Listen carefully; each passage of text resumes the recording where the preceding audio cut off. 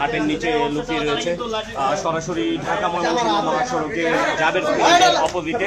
এখানে ঘাটের নিচে লুকিয়ে ছিল কয়েকজন নারী এবং পুরুষ।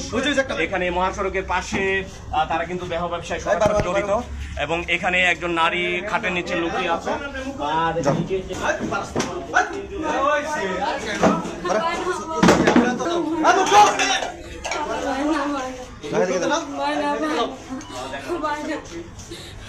আপনার নাম কি? কোথেকে এসেছে? এখানে কতদিন ব্যবসা করে?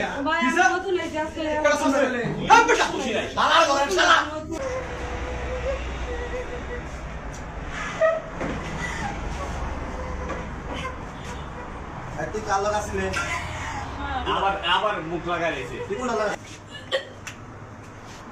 এই কাজ করেন, সময় খারাপ লাগে না? এখন মুখ করেন, পুলিশে দেন, পুলিশে দেন, পুলিশে। তুমি আরো আগে করো কোনটা মন্ডল দি সামনে দা। আচ্ছা ভিডিও নিচে রে থাক